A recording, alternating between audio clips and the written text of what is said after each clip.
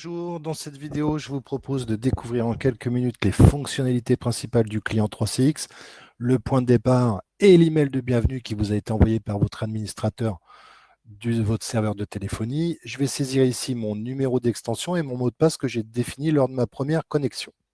Puis cliquez sur le bouton Login pour se connecter. Donc ici sur le client web 3CX, sur la page URL qui a été envoyée par l'email de bienvenue, ce lien-ci avec le mot web client à l'intérieur et on s'est connecté là-dessus.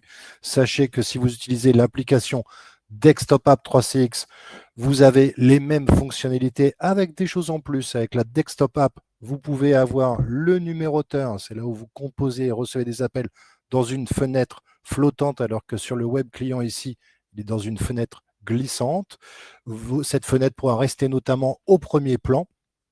Vous avez aussi la possibilité de créer des codes de raccourci clavier pour gérer vos appels et gagner ainsi en efficacité.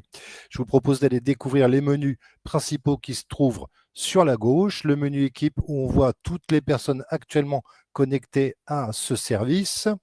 Le chat, et on va en parler en détail, les fonctionnalités de chat, le bouton réunion pour faire des visioconférences, l'historique des appels, le panneau pour surveiller et contrôler les appels, notamment qui arrivent via des files d'attente, le carnet de contact. Et notez au passage, ces trois petits points ici, ils sont bleus, il y a quelque chose en attente, il y a un message vocal en attente qui n'a pas été lu, un message vocal ici, et ça vous permet aussi d'accéder aux paramètres de votre extension. Petit hôte, quelques icônes. À gauche, votre avatar dont vous pouvez personnaliser l'image.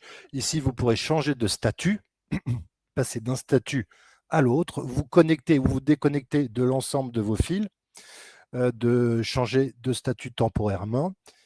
Sur la partie de droite, vous avez un menu qui vous permet d'accéder au numéroteur, d'afficher le QR code pour installer l'application 3CX sur vos smartphones, et puis d'accéder au guide de l'utilisateur depuis l'éditeur. On va revenir sur notre page web ici.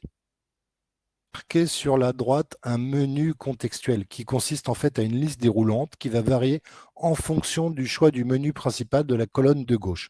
Par exemple, ici, nous sommes dans le menu Équipe et dans ce menu contextuel varie donc en fonction du menu principal. Si je me rends dans l'historique des appels, le menu contextuel ici peut m'afficher tous les appels passés et reçus manqués, ou je peux filtrer en disant « Montre-moi que les appels ». Il est important de vous assurer de la bonne configuration de votre équipement audio. Rendez-vous dans les menus paramètres, puis dans la section audio-vidéo et assurez-vous de bien sélectionner haut-parleurs et microphones en fonction de vos équipements. Ici, nous allons sélectionner un casque audio pour le micro et le téléphone. Vous pouvez aussi choisir de faire sonner votre système via le casque ou via les haut-parleurs ici sur ce PC Speakers.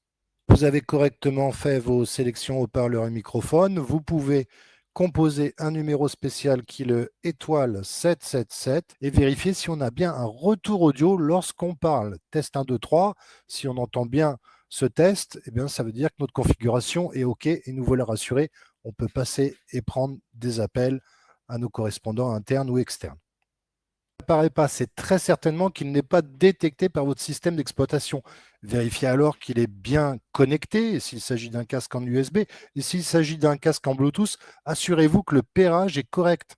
Il y a des outils complémentaires qui peuvent vous aider ici. S'il s'agit d'un casque EPOS Sennheiser, vous pouvez installer le logiciel, votre service informatique peut installer le logiciel EPOS Connect pour vérifier les mises à jour firmware et la présence de ce casque.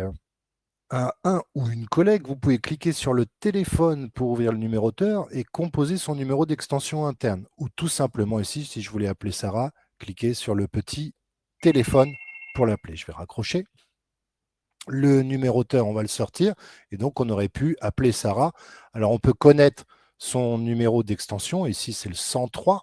Ou tout simplement, si on ne connaît pas, au début, on peut aller chercher sans faire de faute de frappe, aller chercher un prénom ou un nom, et ça va lister parmi vos collaboratrices, collaborateurs, et parmi votre carnet d'adresses, un correspondant. Alors ici, dans le carnet d'adresse, je crois qu'on a aussi DHL. Donc, si je tape DHL, je vais retrouver dans mon carnet d'adresse DHL. Ça m'évitera de recomposer le numéro à chaque fois.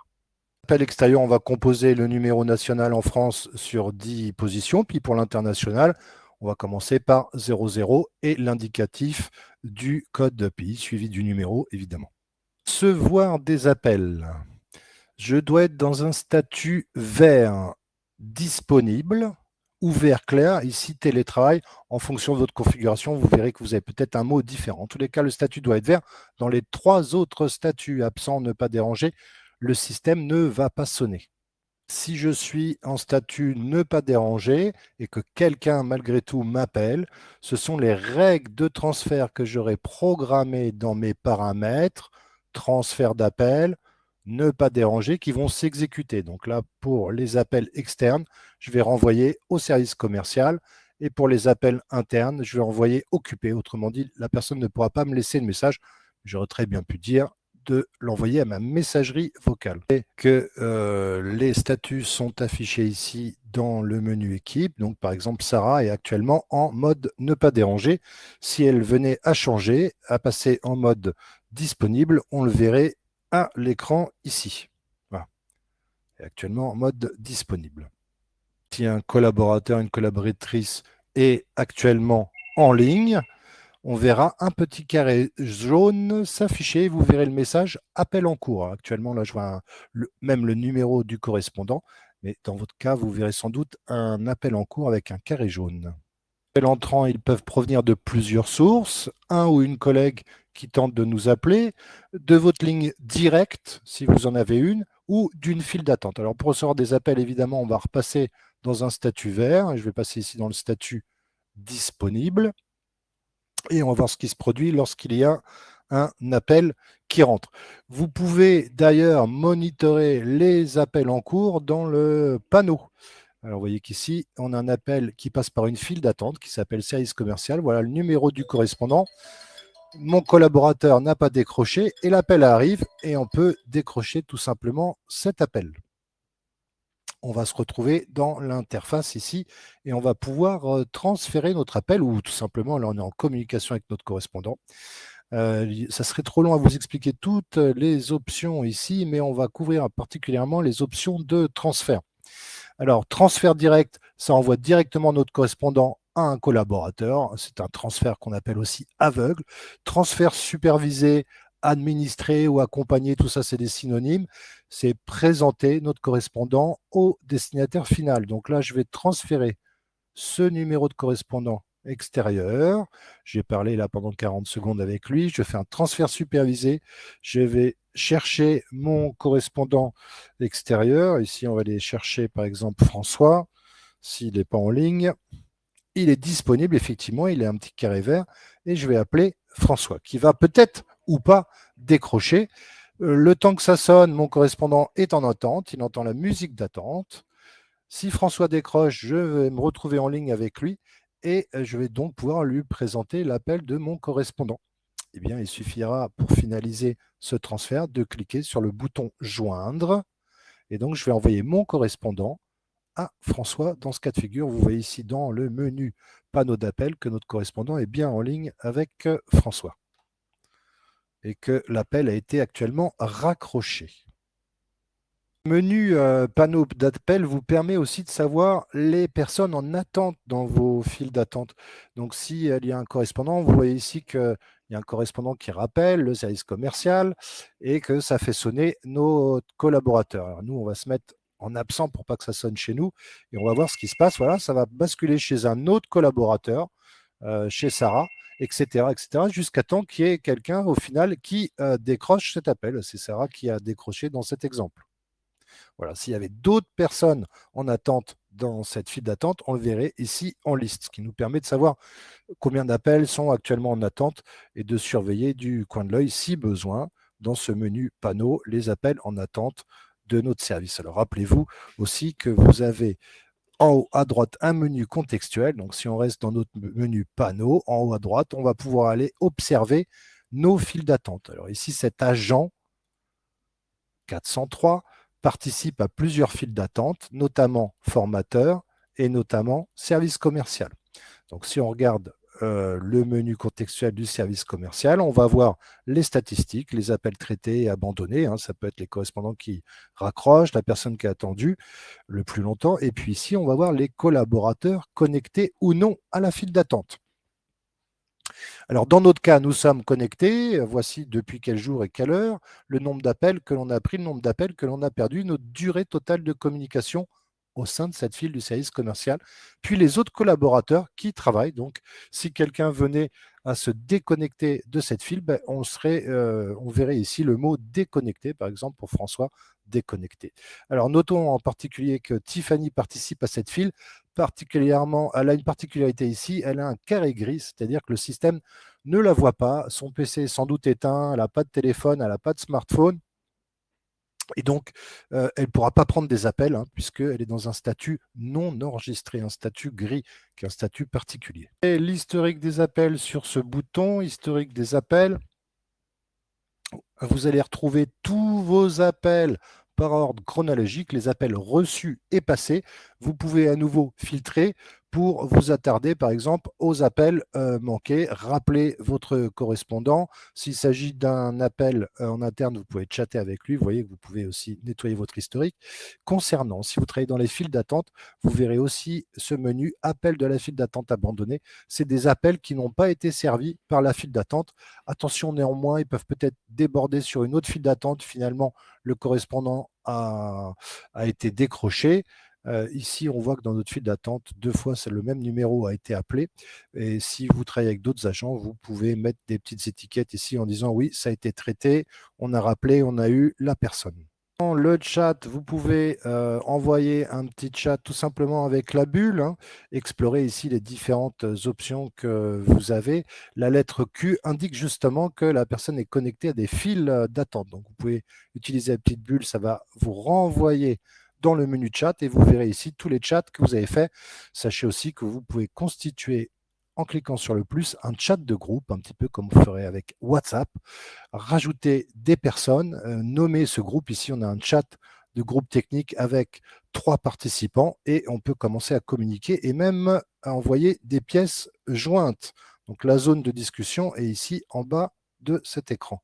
Grâce à logiciel informatique, allez explorer aussi peut-être les paramètres avec les différents sous-menus. Dans l'onglet général, vous pourrez notamment changer votre avatar, aller rajouter votre mot de passe, modifier votre numéro de mobile, consulter votre numéro de ligne directe, si vous en avez une, sélection directe à l'arrivée, SDA.